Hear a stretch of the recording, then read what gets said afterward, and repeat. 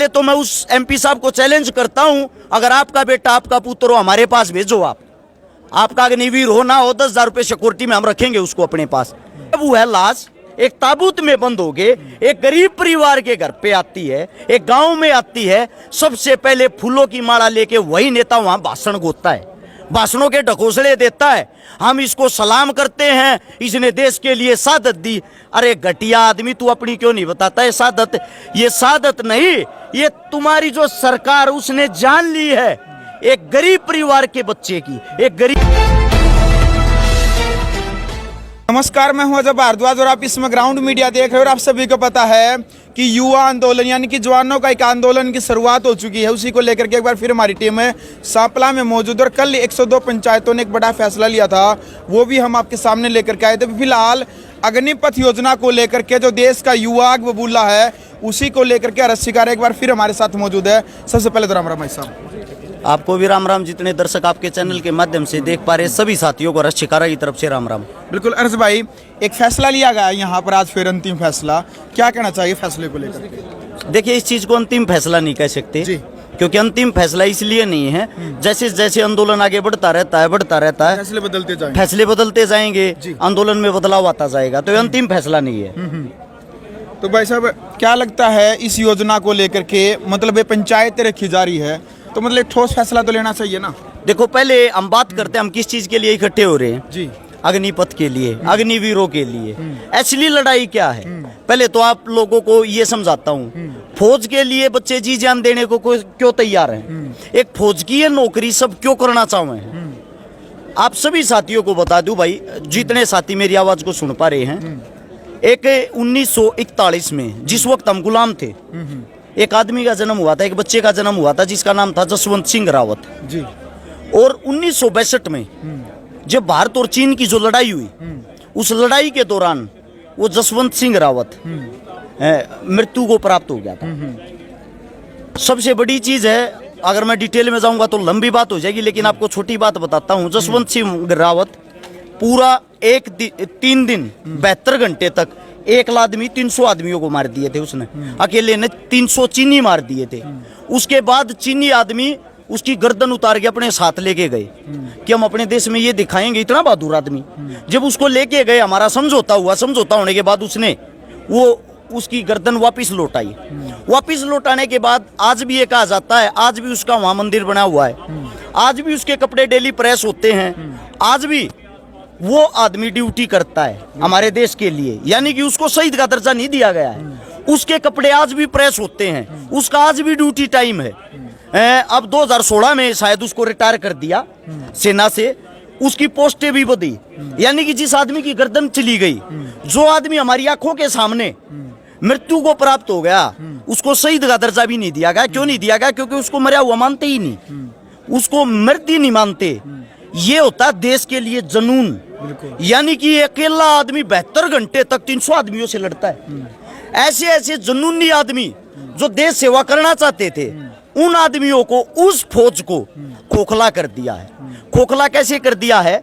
फौज छोटी मोटी चीज नहीं है। क्या अर्थ है फौज का? क्या मतलब? फौज का अर्थ मैं बताता हूँ। जब छोटा बालक, छोटा सा 5-6 साल का, रोड पर दौड़ना शुरू करे है, पढ़ना शुरू करे है, उसने पाल पोस कर घर खवावे उन्हें घर खवा के जब 17 से 18 साल का बना हुआ है ना, जब तक तो वो सब तलक दिखने लग जाए। एक्सीलेंट तो फिजिकल मारेगा, पढ़ाई में होशियार पाऊगा, सोमन सामान्यारा खड़ा उड़ दिखेगा, इंटेलिजेंट पाऊगा, बुद्धि का तेज पाऊगा, फिटनेस का पाऊगा, वो आदमी स्पेशल फौज में जाए।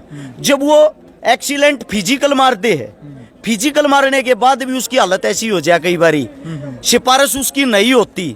सिफारशी आदमी आगा, पहले मेडिकल हो जाएगा, टेस्ट हो जाएगा, सिफारशियां ले लेंगे, वो फौजता रह जाएगा, वो फिर हिम्मत नहीं हारता, अगली बार वो फिर ट्राई मारे, फिर फर्स्ट आवे। और फिर वो आदमी जब फौज में जा ना, जब वो नहीं माना तो तना भगवान मिल गया।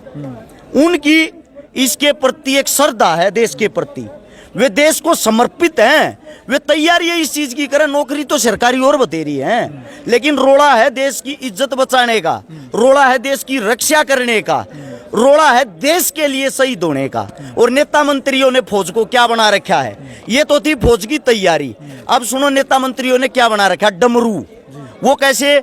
जब कोई भाई फौज में लग जाएगा, जैसे ही कोई चुनाव आऊगा उस टाइम हमला करवाऊंगे अपने आप साजिश रच के। उदाहरण के तौर पर पुलवामा हमला, वो कोई अटैक नहीं था, वो सरकार का अटैक था।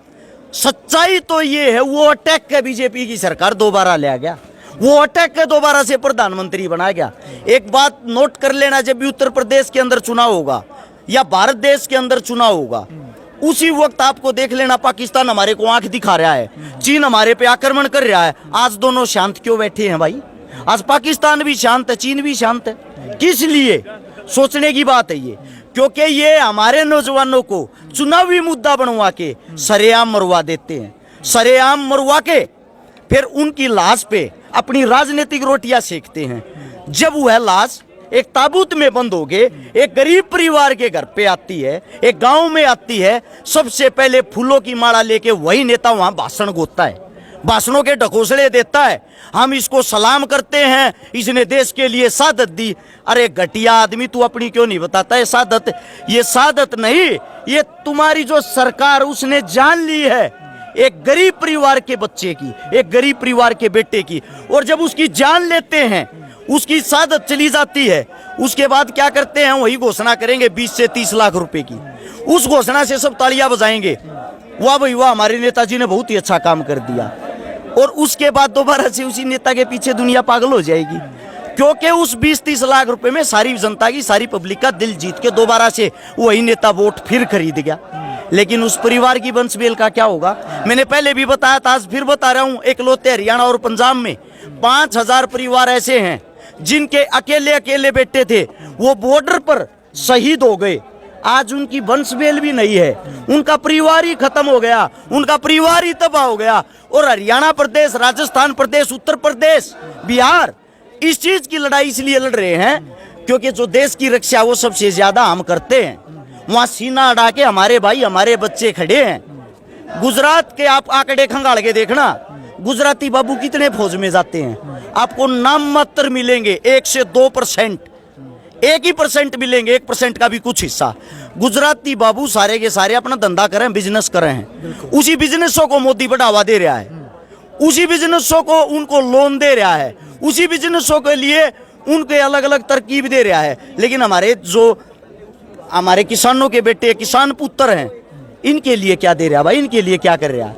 और जो साथी ये कह रहे हैं कि भाई अगर ये लागू हो गया, लागू होने के बाद अच्छी बात ही तो है।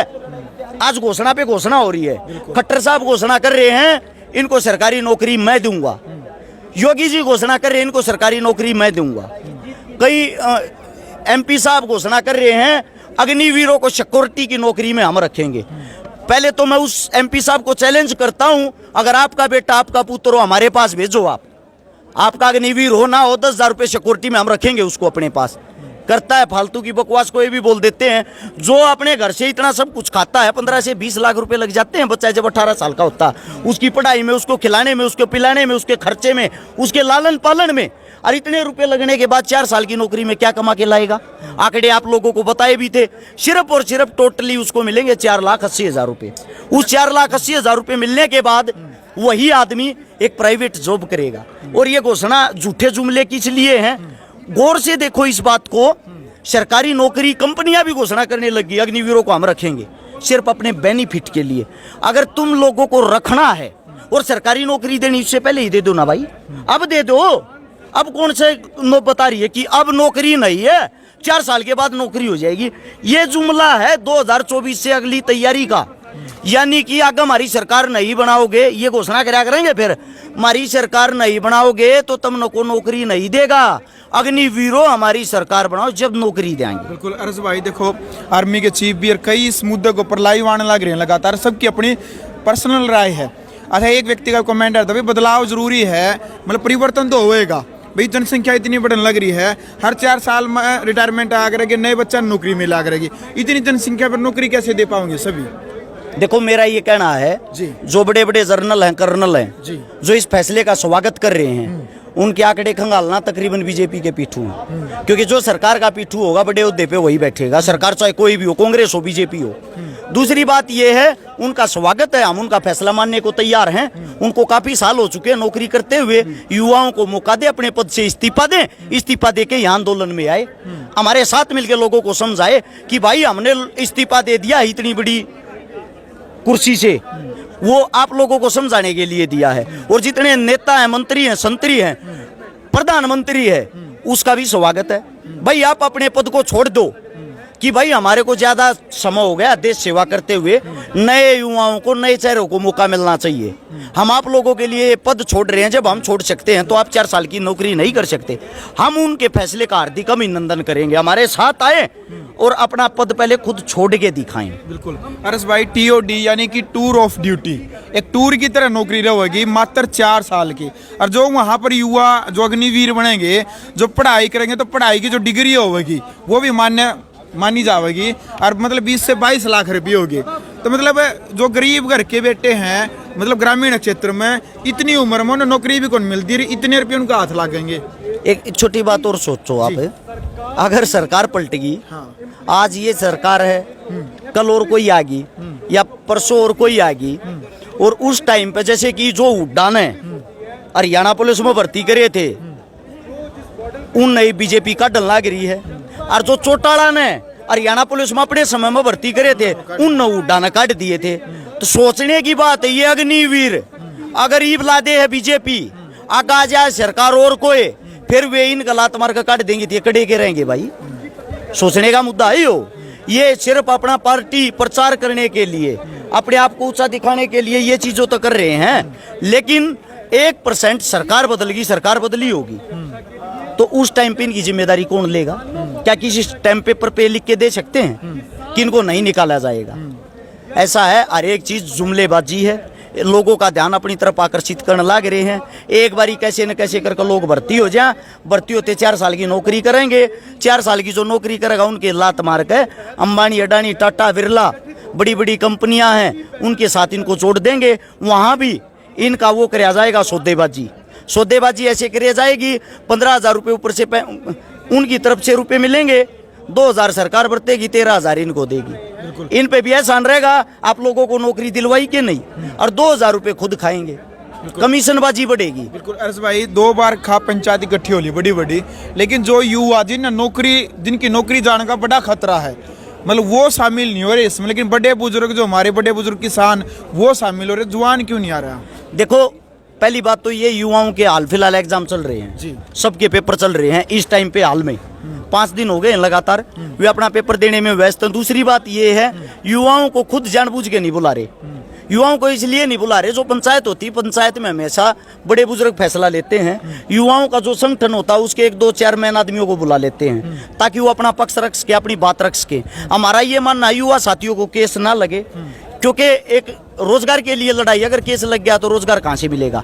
उनको इस चीज में पीछे रखेंगे जहां केस लगने की बात हो, लाठी लगने की बात हो, या कोई भी ऐसा कार्य करने की बात हो, सरकार जिस चीज पर दबाव बनाती है वहां आगे अड़ेंगे हमारे जैसे साथी, हमारे से जो बड़े बुजुर्ग हैं वे।